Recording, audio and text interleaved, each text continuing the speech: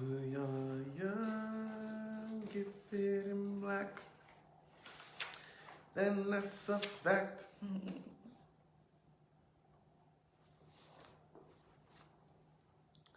Black power hammers. No, we say we call them trappers. Trappers. Black power trappers, what's good? Y'all know what time it is. Who are young, gifted, black. I think this time I'm gonna try to go like maybe 2 months without getting my hair retwisted. I'll probably still get like a line up and all that good stuff, but I'm gonna just leave it untwisted to give it a chance to grow. It's growing a lot. Yeah. I can see it. Black Power Trappers, y'all come on up in the room. Please put hashtag shared in the comments once you've shared it. Black Power Chikonde, Black Power Valencia. What's going on, comrades? It is again another wonderful Sunday. Y'all doing okay? Y'all doing all right? And we got a comrade on the line, Black Power comrade. Who we got on the line? Kendrick, Black Power Kendrick. Black Power Kendrick, how you doing, comrade? Good morning. Doing okay? Yeah, I'm making some tea. Okay. I feel like I kind of need to drink some tea too. Black Power Robert, y'all please make sure y'all share this video right now, because you know these social networks are, you know, like platforms are definitely working to censor, you know, our show, the Book Trap, and also we just found out that Instagram is now blocking any post that is showing support or expressing solidarity to Samalini. Samalini. If I'm saying his name wrong, I'm sorry. Yeah, who is the Iranian general that was general just slain, who was assassinated. And so, yeah, you know, they're definitely trying to censor, you know, our tools for political education. I mean, we saw this when they tried to take away the Black Panther newspaper. They tried to do it with Marcus Garvey's newspaper. And so now, you know, we are in 2020 and we have media outlets like Facebook and Instagram and Twitter. And these are the tools that we use, Black Hammer uses, to reach, you know, our people, the masses, to provide political education. So, of course, you know, white power never really changes its schemes. Like, they'll do the same thing over and over and over again, you know, to censor our speech, you know, to engage you, our people, in political education. So we cannot let that happen. So that's why it's so important to share to your timeline, share to your groups, and just share wherever possible, comrades. So we're going to go ahead and get started. So, Soleimani, thank you, Thank Alex. you for that, Comrade Alex. And basically, I just wanted to say, based on what Dia just said, that's why we need our own app. Yes. So we don't have to rely on their platforms, and Black Hammer is in the process of making that happen. Exactly. So if you know anybody with app development skills, or if you have app development skills, please hit us up on any of our platforms that you see Black Hammer on. That's Facebook, Instagram, Twitter. Even you can sign up at our website. If you have skills to develop an app, please hit us up. And I don't think we can really stress the importance of this enough, because I mean, like, you have this revolutionary organization such as Black Hammer and other revolutionary organizations that are working on the ground to, you know, build towards the liberation of African people and colonized people, that's doing food programs, that's doing school programs, that are providing political education. And right now, we are, to be truly honest, we are at the, we are at the mercy, you know, of these capitalist giants such as Facebook, Instagram, and Twitter, who can just snatch these platforms away from us, you know, whenever they feel the need to. And it's a big thing, because these platforms right now, as they stand, provide security for us, the revolutionaries that make up these organizations. And this is our only way to be in front of you, to reach you. And if they take that away from us, then we as revolutionaries are left open to attack. We saw that with Corinne Gaines when she was on live, Facebook Live, and they immediately cut her broadcast, and she was slain by the pigs that had broken into her house. So, you know, this is why we need to have our own app. This is why we need to have our own social media platforms so we can continue the connection that we have. And, you know, we do local work, on the ground work in our communities and where we're located. But with Facebook, well, with a social media app, forget Facebook, but with the social media app, we're able to reach, you know, comrades no matter where they're located. And so that's why it's so important that we have our own social media apparatus. But yeah, welcome everybody to the Revolutionary Book Trap with your boy Chiefs Dia. Chiefs Nyah, what's up with you? Yes, and y'all know we here each and every single Sunday at 11 a.m. Eastern Standard Time. And as you know, we are right now in the middle of How Europe Underdeveloped Africa by Walter Rodney, which has been such a deep and profound read up until this point. And right now, today, we are going to begin chapter 4. But before we get into any of that, today we would like to thank everybody who made a contribution to the Atlanta Unit Homeless Food Drive, which is taking place next week on the 18th right here in ATL.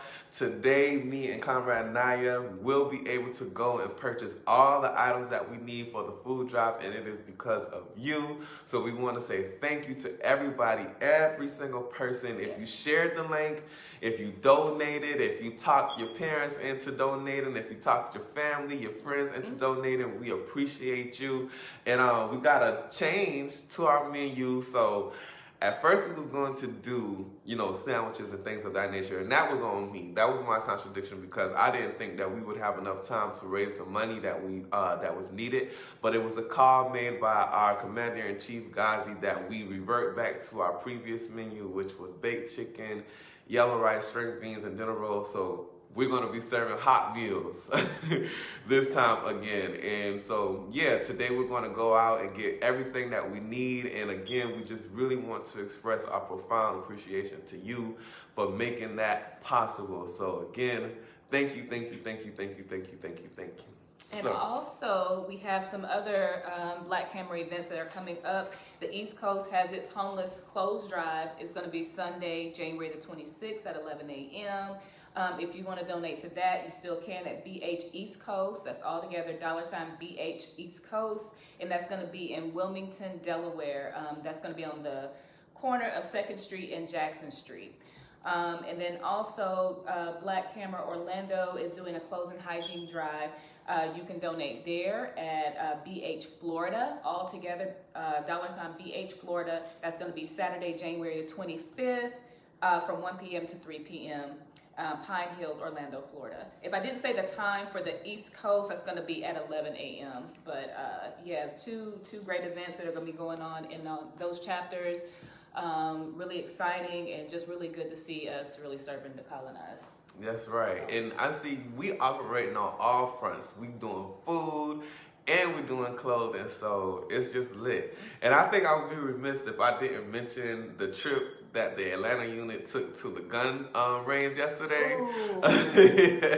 Which was so fun. Y'all stay tuned for the pictures and the videos that we were able to take. Shout out to Comrade Terry, who led us at the gun range. Like, it was so much fun. And right now we're putting together the POA for the Atlanta Unit Gun Club. So if you reside in Atlanta and you want to participate in the gun club, please stick around for details to come. We got to lay out the POA, the plan of action, so we can make sure that it's organized and we have everything together. But don't you fret. We are working on it as we speak right now. It was just so great. I shot a shotgun. I shot a pistol. Like, that shotgun, I mean, the shotgun wasn't really that bad. And hold on one second. Let me show y'all something real quick. Excuse me, Conrad. I've never shot a shotgun. I've shot a gun, never shot a shotgun. But I am really excited to do that because How bad is a revolution to know how to shoot a shotgun? Y'all, I didn't get to go, so I'm kind of bummed out because I had another meeting I had to do. But I saw them, and they were getting it on. They were getting. Oh, and then he brought his target. Oh, man. You a natural, comrade? I know, right? So I had to show. I wanted to bring y'all my this was my target. Y'all see what it say at the top? White power. Ha! And we shot that motherfucker up. I wouldn't have wanted to be that paper. I know, right? But it was so much fun. And shout out to Comrade Terry, who is so knowledgeable. This comrade has a whole arsenal. Like, if you look at my Facebook story or my Instagram story, like, it's lit. He has an arsenal of information. Yeah, of information. Yeah. All right, comrades, we're going to go ahead and get started. So we're starting at chapter 4, which is entitled Europe and the Roots of African Development to 1885. So, how he begins his chapter is pretty much beginning with how the European slave trade was pretty much a basic factor in African development. So for the first half of the chapter, he's pretty much laying out, how detrimental the European slave trade was to the development of Africa. And so he starts with the first statement as saying that virtually, if you are to talk about trade in Africa between Europeans and Africans, you're pretty much talking about slave trade. Like, that's all. I mean, in the previous chapters, we did talk about, how Europeans, was basically trading like old guns, outdated, like materials and stuff like that. So we understood that those things weren't of any worth. So pretty much the only trade that was really happening in Africa at this point in time was slave trade. And he also talks about that in the trading of slaves before the colonial period, the majority of the slaves that were being traded with Europeans were captives, meaning that these captives came from African societies who were warring with other African societies, and the captives that they got, in terms of, the war and the fighting that they were going through were pretty much the captives that they were trading. And he says that before strictly speaking, the African only became a slave when he reached a society where he worked as a slave. Before that, he was first a free man, then a captive. Nevertheless, it is acceptable to speak of the trade in slaves when referring to the shipment of captives from Africa to various other parts of the world where they were to live and work as the property of Europeans. And before we go any further, Comrade, I wanted to ask you, what are your first earliest memories of learning about slavery? What can you remember when you were first taught about slavery? I can remember going back to the 3rd grade. Mm-hmm. And you remember them American Girl dolls? I remember them.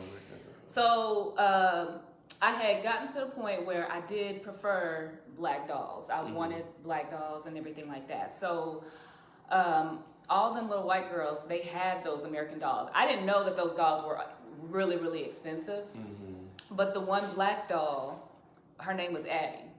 Addie. Mm-hmm. Okay. And she was a slave.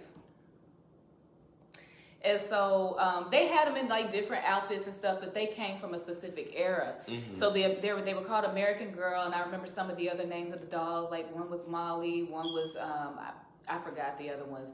But the little black girl, the little black doll, her name was Addie. Mm-hmm. And then I realized that she was always in like an apron. Mm-hmm. She was always in cooking clothes and stuff like that. And so I think I asked my dad. Oh gosh. For one. And my dad was a little more he was a little more vocal at that time about how he felt about white people. Mm-hmm. And he was just like, I'm not paying that much for them, you know. Say it, girl.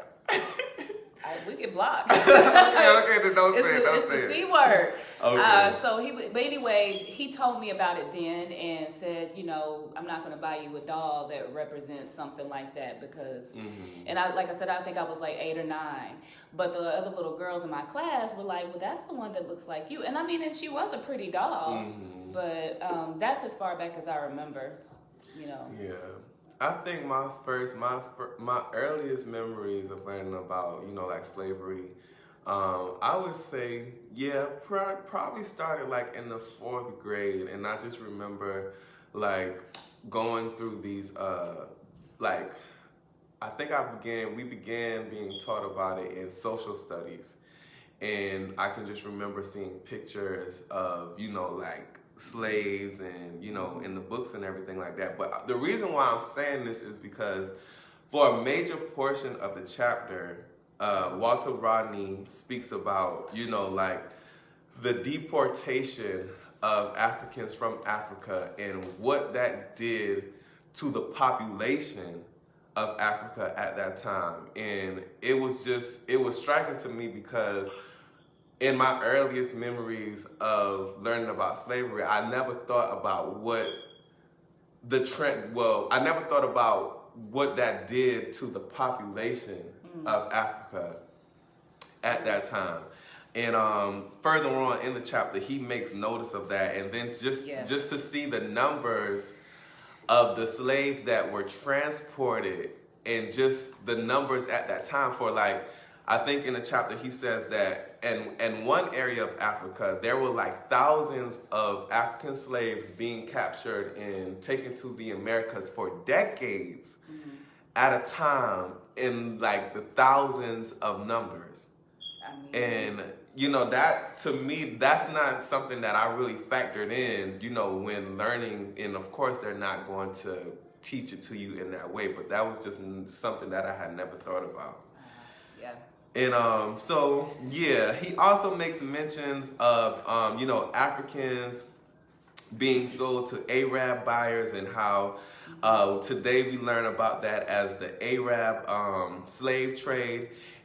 But he also, even in that instance, he does say that even though Africans were being traded and sold by Arab masters, this was still done in the interest of Europeans, meaning that even if you were bought and sold by an Arab master, whatever, you know, they instituted Arab masters over the certain plantations that you would be taken to.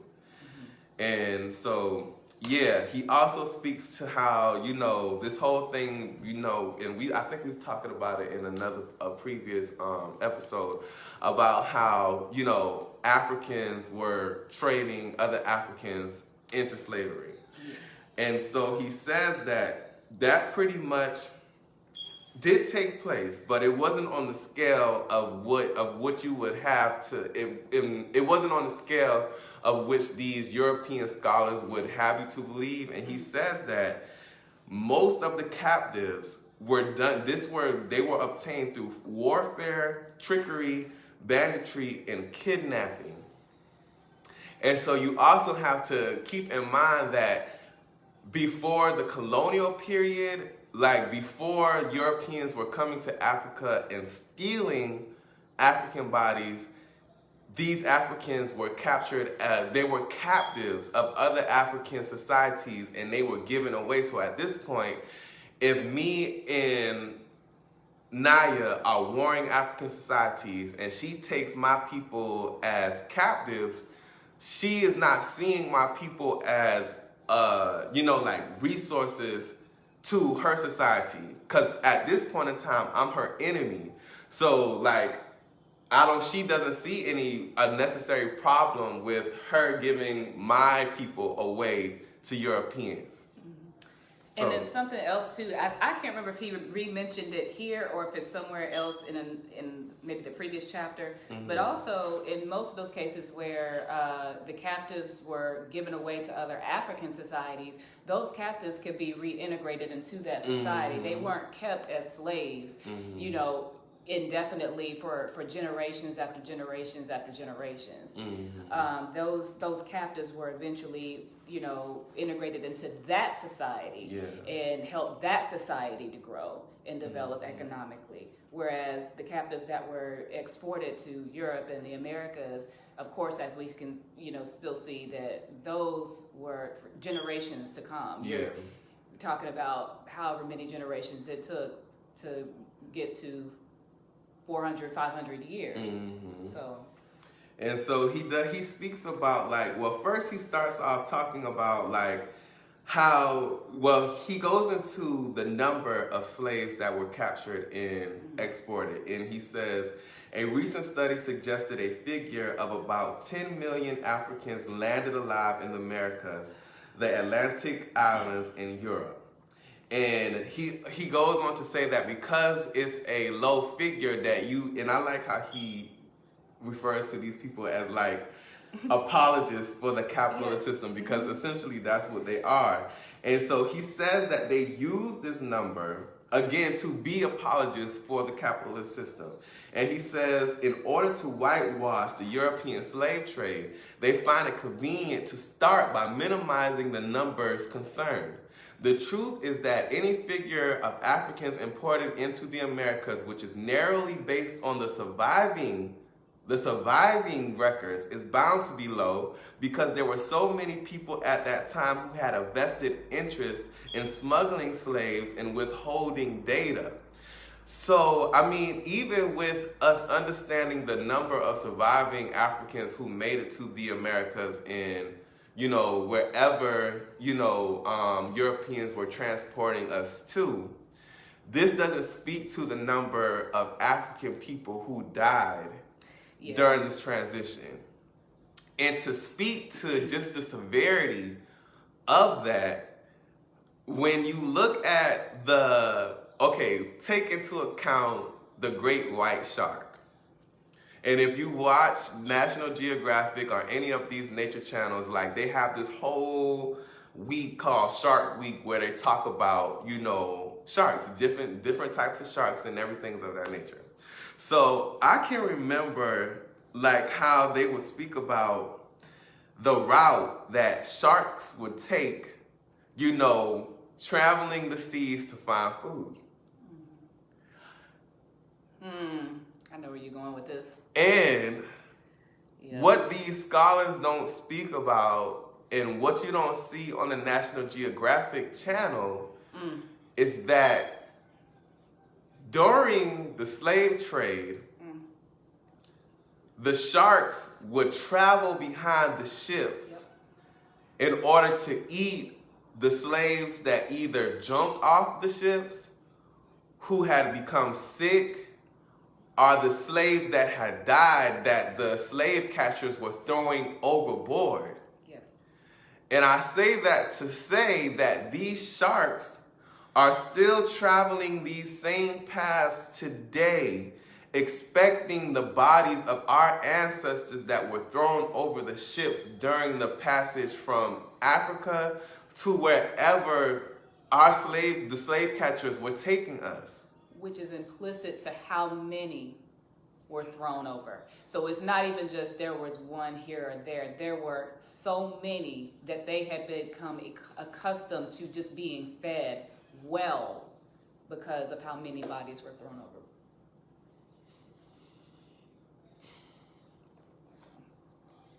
And it says here, that it said that the Atlantic crossing or middle passage, as it was called by European slavers, was notorious for the number of deaths incurred, averaging in the vicinity of 15 to 20%, and that's of the captives, that's 1/5 of every slave that was captured. 1 out of 5 died in the route to wherever they were going. And then, so you have that, from the slaves being transported. But then he also goes on to say there were also numerous deaths in Africa itself and taking place on the continent between time of capture and time of embarkation, especially in cases where captives had to travel hundreds of miles to the coast. Most important of all, given that warfare was the principal means of obtaining captives, it is necessary to make some estimate as to the number of people killed and injured so as to extract the millions who were taken alive and sound. So next he goes on to speak about, the composition of the captives that were taken. And he says that the massive loss before we get into that, he says that slave buyers preferred their victims between the ages of 15 and 35, and preferably in the early 20s, the sex ratio being about 2 men to 1 woman. Europeans often accepted younger Africans, but rarely any older person. So he breaks that down to speak to, so if you are taking all of these young, able-bodied Africans, and selling them into slavery, you have to think about what that is going to do to the labor that is taking place right now in Africa. Because if you don't have able-bodied African women and men to work the land, to herd the cattle, the domestication of animals, then you are putting an immediate stop to the development of the continent as a whole. Excuse me. And that's only speaking to only one component of, the development of Africa as a whole. I like when he goes into the fact that, we're trying to get a good grasp on the stagnation of Africa's growth, population overall, the continent. And, because there were a lack of records to show maybe what the population was in the 15th century when this was starting to really take off, but down here on page 97 it says no one has been able to come up with a figure representing total losses to the African population sustained through the extraction of slave labor from all the areas to all destinations over many centuries that slave trade existed. However, on every other continent from the 15th century onwards, the population showed constant and sometimes spectacular natural increase, while it is striking that the same did not apply to Africa. So Africa, first of all, life started there. Every other continent where there were people, the population grew. But Africa, it stagnated. And so even though they can't give you specific numbers, they can tell you that the population did not grow. And just to provide you guys with an idea, he has this table that was produced by some European person or whatever. And so it says Africa in 1650 had a population of 100 million. Well, pretty much from 1650 to 1850, they had a population of 100 million. And in 1900, it increased to 120. Whereas in Europe, from 1650, starting at 103 million to 1900, it increased to 423 million. In Asia, in 1650, it started at 257, and in 1900, it was at 857 million people. So I mean, you have to and even he says that this table right now that I just read from isn't really accurate as it should be. But that just gives you an idea of the rate that African people were being stolen from Africa at this time. And he says none of the figures above is really precise, but they do indicate a consensus among researchers on population that the huge ass African continent has an abnormal record of stagnation in this respect, and there is no causative factor other than the trade in slaves to which attention can be drawn. And even where you start to see a slight increase between 1850 and 1900, that is about the time when slavery officially ended in and then the they US. they transitioned So into chattel that slavery. correlates to that. Mm-hmm. So, I mean, wow. And then on the other hand, as we see this population stagnation in Africa, he goes on to say, population growth played a major role in European development in providing labor, markets, and the pressures which led to further advance. So if Africa has a population that is stagnant, then you have no natural cause to expand upon your labor, to expand upon your markets and things of that nature, because you don't have population growth, so there's no factors for us. It's no environment created in order for us to move us forward in our development.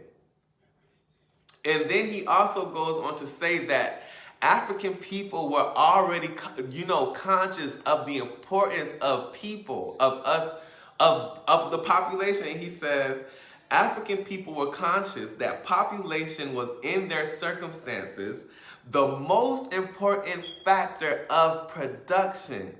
The most important factor of production. So if your population is not increasing, that is going to affect your production. Absolutely. And he says, among the Bimba, for instance, numbers of subjects were led to be more important than land.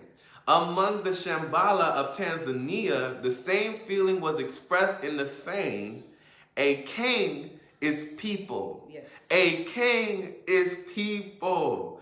Among the Balanta of Guinea-Bissau, the family strength is represented by the number of hands there are to cultivate the land. So that was my read that back. Oh, I'm sorry. No, it's okay. It's good that because this means relevant to what we're discussing, Mm-hmm. and the fact that the ability to be able to develop your land is directly tied to the people that's there, Mm-hmm. and your ability to to grow as a population. Mm-hmm. And the people there recognize that there was a consciousness that we need people to be here if we want to develop the land, if we want to be self-sufficient, if we want to do these things. And so, yeah, I mean. And then, so so he also goes on to say, for instance, when the inhabitants of a given area were reduced below a certain number in an environment where the tsetse fly was present, and the tsetse fly is it's a fly, but it's a fly that bites you, and it causes a disease. Mm-hmm. The remaining few had to abandon the area. In effect, enslavement was causing these people to lose their battle to tame and harness nature, a battle which is at the basis of development. So if there's not enough people in the area to devise a way or to develop a way to protect themselves from this fly, then those people would have to abandon that area. They would have to abandon that land. So that just goes to speak to another portion of the continent that was not able to be developed. And so he also ties it to the fact that how we just spoke about, the majority of Africans that were taken were captives, of other African societies that may have been warring with each other. He goes on to say that European slave dealers became the main stimulus for a great deal of social violence between different African communities and within any given community. And that has direct ties into what we see today. When you understand what a proxy war is, what happened in Rwanda, where you had all of these tribal, and even what we see happening now when you have all of these so-called African tribes that are killing each other, this is directly where that comes from. And we see that happening today. And almost always, there's always Europeans in the middle of it for their benefit. I mean, just like we're reading about it right now. It was in the Europeans' benefit for these tribes to be warring at each other, and they took advantage of that to be able to dominate the trade that was going on between these tribes, and to affect their relationships with each other, and to make it easier to get captives for the work they were trying to produce.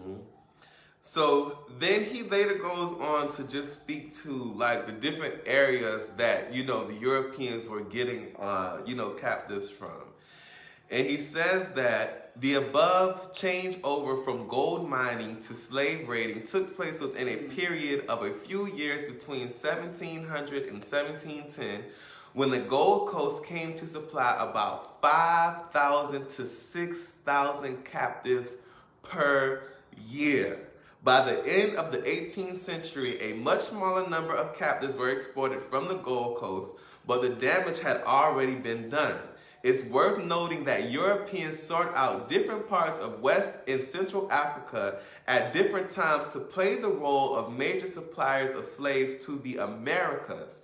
This meant that virtually every section of the long eastern coastline between Senegal and Cunene rivers had at least a few years' experience of extensive trade in slaves, with all its consequences.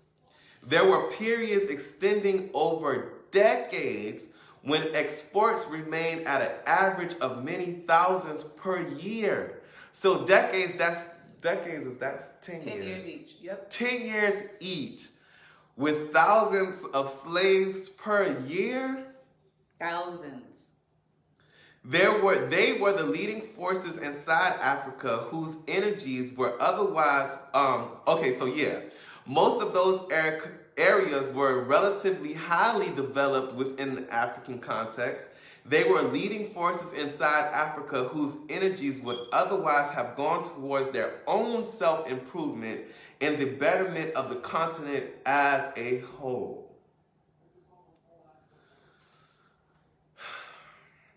And I was just going back and looking at like even the gold trade and everything, and then how, you know, if it didn't suit Europeans' material interests to do that, they even discouraged a certain amount of, you know, slave trade to come from a particular area because it undermined, you know, what did it say? It said it undermined basically gold, getting gold from there. And so, and they wanted the captives to, I guess, help them to produce something else. Let me read it, because it was just something that was just kind of like, so long before that day, Europeans accepted the fact that with their self-interest was involved. For example, in the 17th century, the Portuguese and Dutch actually discouraged slave trade on the Gold Coast, for they recognized that it would be incompatible with gold trade. However, by the end of that century, gold had been discovered in Brazil, and the importance of gold supplies from Africa was lessened. Within the total Atlantic pattern, African slaves became more important than gold, and Brazilian gold was offered for African captives at Whydah, which is Dahomey, and Accra. And at that point, slaving began undermining the Gold Coast economy and destroying the gold state. Slavery, raiding, and kidnapping made it unsafe to mine and travel with gold, and raiding for captives proved more profitable than gold mining. So they basically really had to find a way, you know, it's just, I just, you know, basically, I mean, these were just some brutal, savage materialists that really did not care about the conditions that it caused for the overall African continent, but only for how they could make it work for their benefit, for their material interests in Europe, which just severely underdeveloped, you know, the African continent. And he says, to achieve economic development, one essential condition is to make the maximum use of the country's labor and natural resources. People are a natural resource, just in case you didn't know. Usually that demands peaceful conditions, but there have been times in history when social groups have grown stronger by raiding their neighbors for women, cattle, and goods, because they then used the booty from the raids for the benefit of their own community. This is what makes the situation different in Africa. Slaving in Africa did not even have that redeeming value. Captives were shipped outside Captives were shipped outside instead of being utilized within any given African community for creating wealth from nature. It was only an accidental product that in some areas, Africans who recruited captives for Europeans realized they were better off keeping some captives for themselves. In any case, slaving prevented the remaining population from effectively engaging in agriculture and industry, and it employed professional slave hunters and warriors to destroy rather than build. So yeah, everything this is just very, it just keeps reiterating itself over and over again, how the overdevelopment of Europe and the Americas and the capitalist system was directly tied to the underdevelopment, the exploitation, the commodification of the African continent. Yep. And I kind of feel like we just reading the same thing over and over again. Well, but again, I appreciate the fact that he's laying out these very direct, acute examples, because it took we are reading the same thing over and over again, because they did this for over a period of centuries, and this is why you have these the European countries that are in the overdevelopment stage that they are today. This is why you see what you call third world countries who are still very much underdeveloped. They continue to do this. And I don't want to say that in the sense that, we're reading this over, and I'm not saying it in that sense. I'm saying it in the sense that it just speaks to the truth of the history of what we're speaking to, of what is being laid out right here in this book. And just another testament, he says, during the colonial epoch, the British forced Africans to sing, "Rule Britannia, rule Britannia, rule the waves. Britons never, never shall be slaves."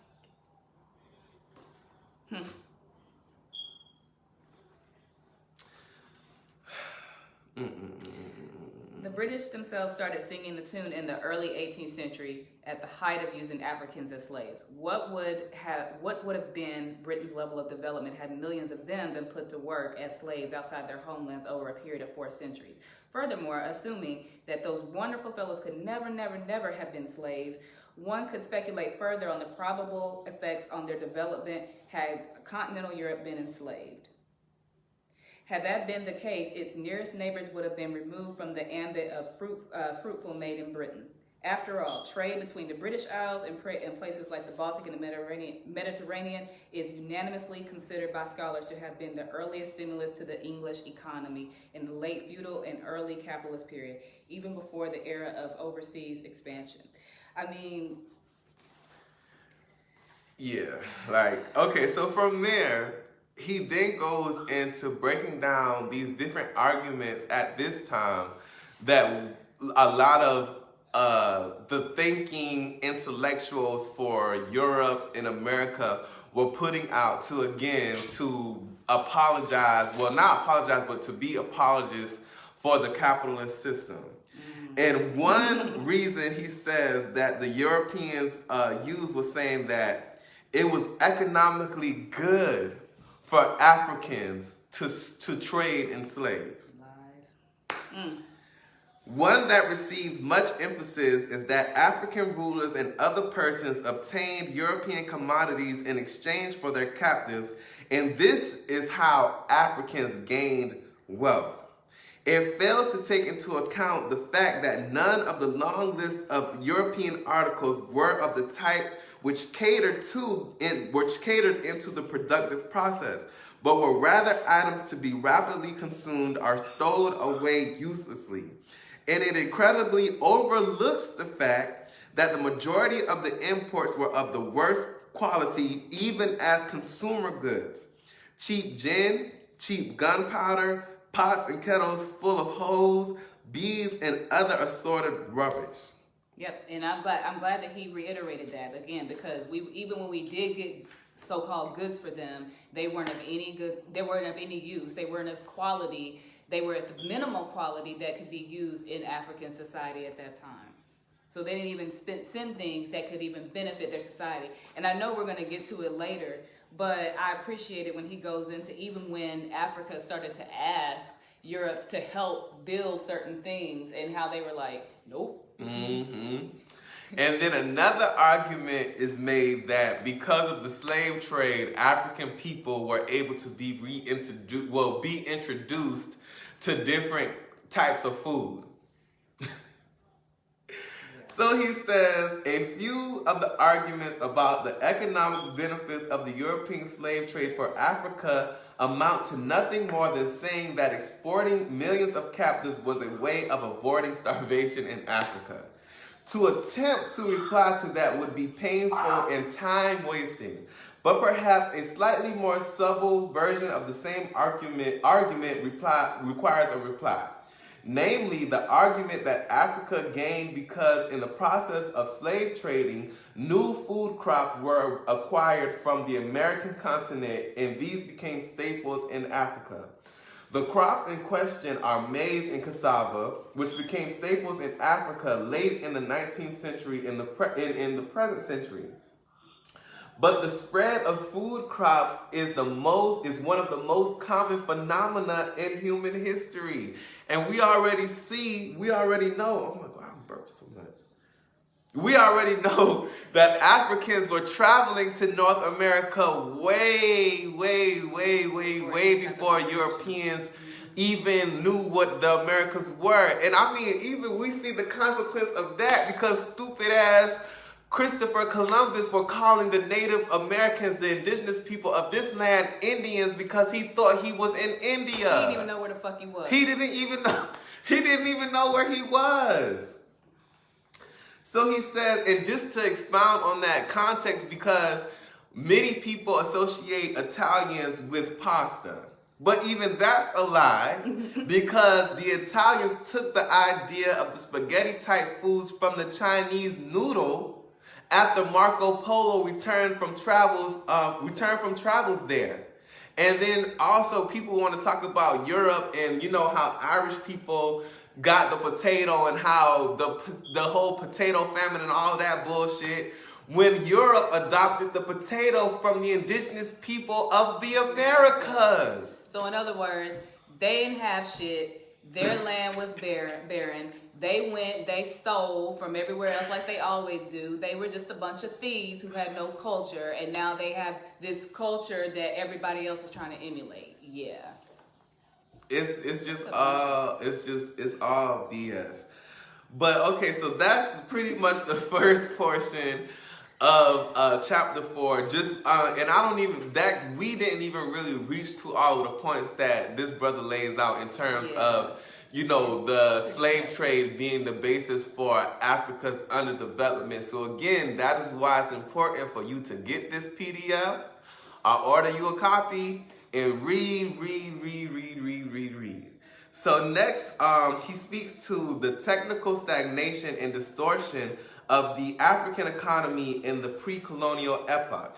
And pretty much he is speaking to like the technological development in Africa in the absence thereof of it. And so he speaks to how because Europeans were trading with so many other people, how their technology was able to be developed. And he says Europeans trading to Africa had to make use. Well, first he says that without Europeans trading pretty much stealing and plundering different areas around the globe, they would have had no technological developments. Meaning that they had to take materials from different parts of the world to develop their technology. And he says, Europeans trading to Africa had to make use of Asian and African consumer goods, showing that their system of production was not absolutely superior. So Europeans did not come, they were not born being some type of genius nation with all of this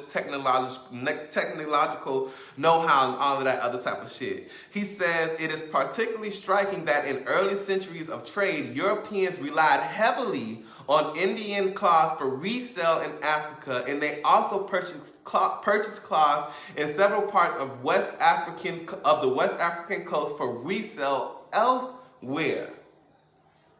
And he says, India is a classic example where the British used every means at their disposal to kill the cloth industry so that British cloth would be marked everywhere, including inside India itself. So not only did they take the goods from India, but because India was producing all of this stuff, they put an end to it, meaning that they took over their factories, and we already know the extent of British colonial rule in India. And I mean, even that's a whole nother episode that can be spoken to. But not only do they take your goods, but they come in and then they take away your way of producing it. Yeah. And it says, vital inventions and innovations appeared in England in the late 18th century after profits from external trade had been reinvested. So not only are they trading in other places, but they're taking the profits that they make to reinvest into their inventions. Into their economy. So you just have to think that if Africa does not have access to these goods, to the wealth from trading, then what do we have to invest back into the development of our innovations, of our inventions and things of that nature? That sounds like the definition of a parasite. Just a real parasite, because all it's doing is sucking the life out of every other nation on the planet. And he makes the point even clearer when he says African and Indian trade strengthened British industry, which in turn crushed whatever industry existed in what is now called underdeveloped countries. Through this process, Europe increased its capacity to produce on a large scale by harnessing the energy of wind and water and coal.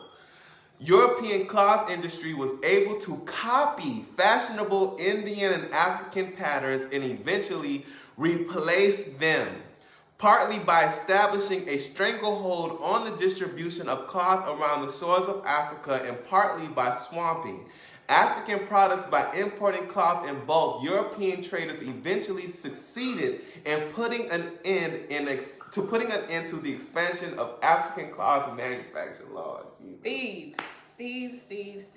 That is their lineage. That is their legacy. Thieves. And another important thing that you have to understand is that he goes, and this is where it gets real. This is where it gets really real. And he says, one of the features associated with technological advance is a spirit of scientific inquiry closely related to the process of production. This leads to inventiveness and innovation. During the period of capitalist development in Europe, this was very much the case, and historians lay great emphasis on the spirit of inventiveness in the English in the 18th century. Socialist societies do not leave innovations merely to chance or good luck. They actively cultivate tendencies for innovation. So just stopping right there. You have all of this wealth being poured into Europe and England and all of these different places. So that is going to create a basis for the youth of that society to inquire about science, to inquire about the arts, to inquire about literature, and in turn create more products to boost their economy, to build their society, to make development happen. That being said, so we just spoke to the composition of the slaves that were being taken from Africa at this point. From ages of 15 to 35, the youth of a nation is being stolen. So this whole component generation that would have been able to help to develop. Yeah, these are the people that are in their prime that could have helped to develop the African continent had they not been kidnapped and ripped from their land. And they're being stolen, used as slaves to develop Europe, the Americas, and everywhere else on the planet, all while Africa is stagnating population-wise, developmentally, and can't develop, can't thrive. And to deepen this point, just so you can understand the scale of which this was happening, He says the German Democratic Republic, the youth established a young innovations fair in 1958, calling upon the intellectual creativity of socialist youth so that within 10 years, over 2,000 new inventions were presented at the fair. He goes on to further say the connection between Africa and Europe from the 15th century onward served to block the spirit of technological innovation both directly and indirectly.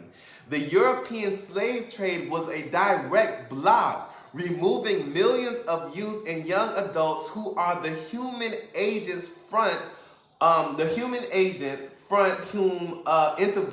interventiveness springs.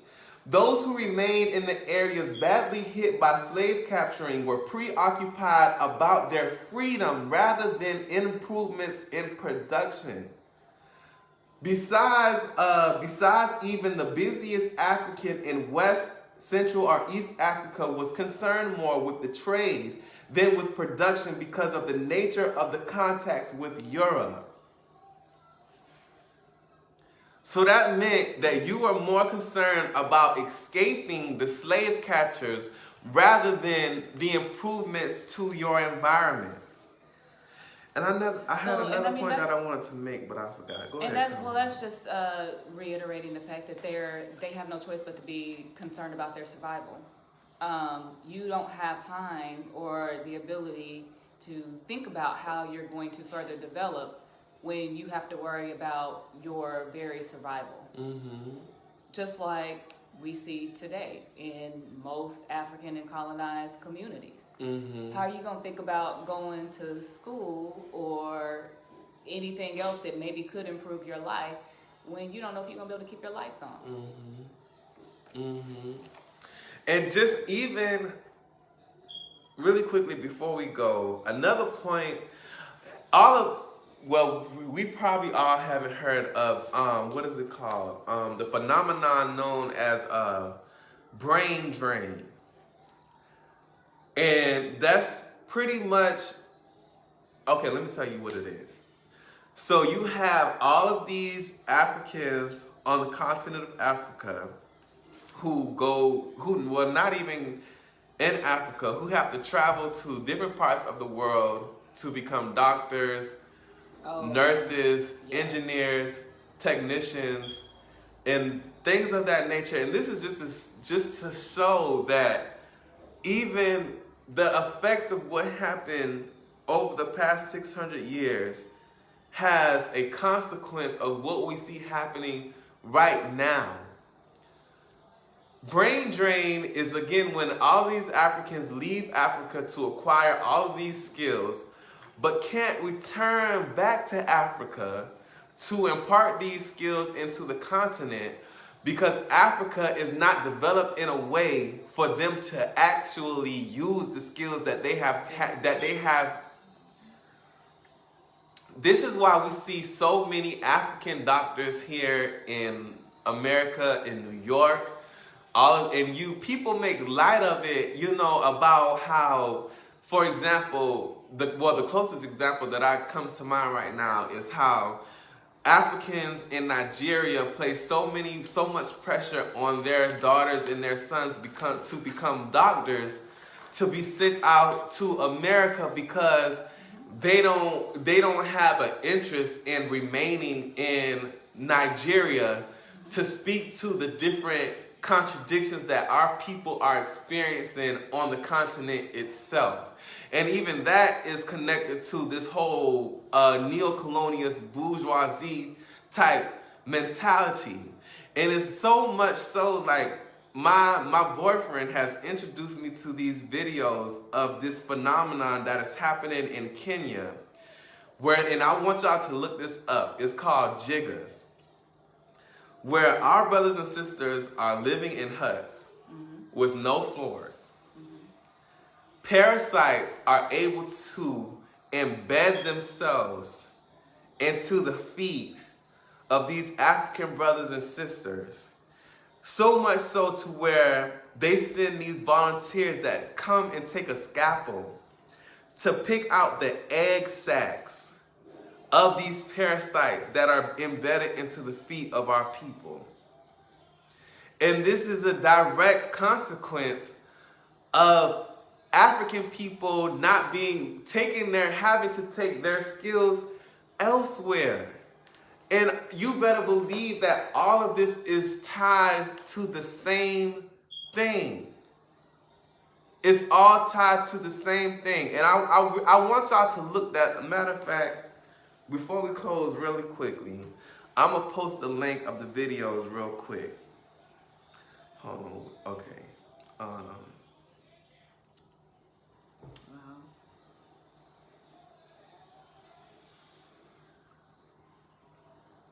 I wanted to say that I'm just thinking, like, I know a lot of Nigerian doctors that do live here. Look at this. This is called Jigga parasite. And I'm copy the link. Let me see. And I'm going to post it here in the comment section. Wow.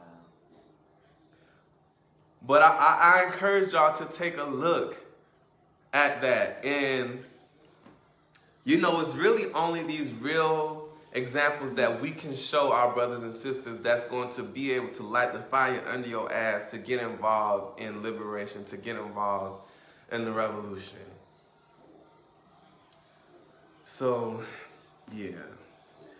All right, so our next reading assignment for the upcoming Sunday, we were supposed to go into, so we pretty much finished up the technological portion of this chapter. So where we're going to begin next Sunday is the continuing political military developments in Africa. So this is in the same chapter, this is in chapter 4, but we're going to begin at the subheading that reads Continuing Political Military Developments in Africa, 1500 to 1885. And we're going to read from there. I think we should, okay. Dang, this is long. Okay. So we'll read from that, wait, let me find it again. And don't worry, we're gonna make sure, we'll put it in so we can let y'all know where we're going to go. So we're gonna read from there, the continuing political military developments in Africa, 1500 to 1885, to the italicized Rwanda, which is pages 131 in my book to pages 147. And Comrade. In my book is page 113 to 125. Okay. So don't worry. In our promos, when we put it out, we'll definitely highlight the pages that we're going to read. But yeah, comrades, like, this is why I get so infuriated when you have these, you know, these white nationalists and even some white, not even just the white nationalists, but white liberals who tell us that the past is the past, forget slavery, forget what happened, when everything that we have just laid out in this chapter has set the basis for the oppression that we experience today. And their quality of life. Their quality of life and the way that they live and the access to the resources that they get, and they're being able to capitalize off of everything that we use technologically is literally still tied to everything that happened in the past and that's still happening today. Everything. So it's no way in hell that we can forget. And it's our responsibility to, in turn, go back and research and find out about the past. Because that lays the context for the work that we have to, that lays the context for what our work now has to be. And we understand that now we have to make the masses conscious of this past, so that way they understand why there has to be a Black Hammer, why there had to be a Black Panther Party, why it had to be a Malcolm X, why there had to be a Martin Luther King Jr.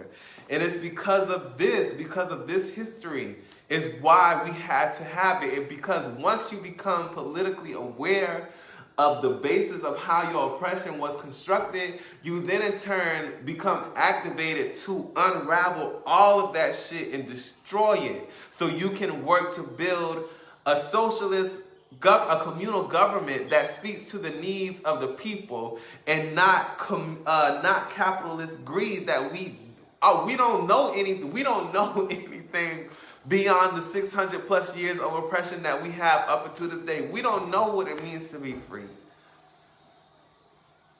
No, but that's part of the advantage of them to have it to where that You memory don't has know. been erased. Your Your very identity has been erased. Why would you, if you're conscious of that, which is why they don't want us to read books like this, because why Walter Rodney was assassinated. you know, The author of this book was assassinated. and so all of that being tied to the fact that the less you know, the less aware you are of those things, the less likely that you are to want to do something about that and to help form a society that really suits the needs of overall humanity. However, no one will be able to profit off of it either. Nope. And that's what they don't know. All right, comrades, we're going to go ahead and get up out of here. Me and Comrade Nyah got to make it to the grocery store. But please, read. Don't forget to bring your hashtag. Read that back points of discussion.